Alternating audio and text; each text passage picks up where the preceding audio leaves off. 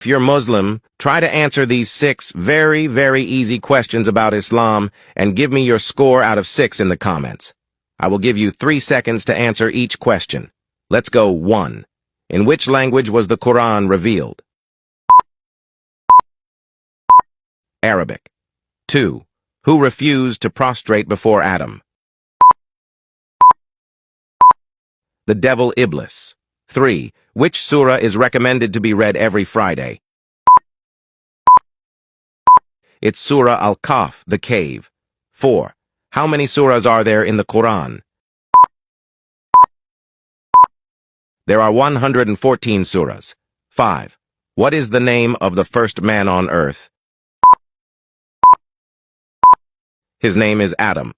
Before answering the last question, please subscribe to support me and share the video to others for more rewards. Barakallahu fik.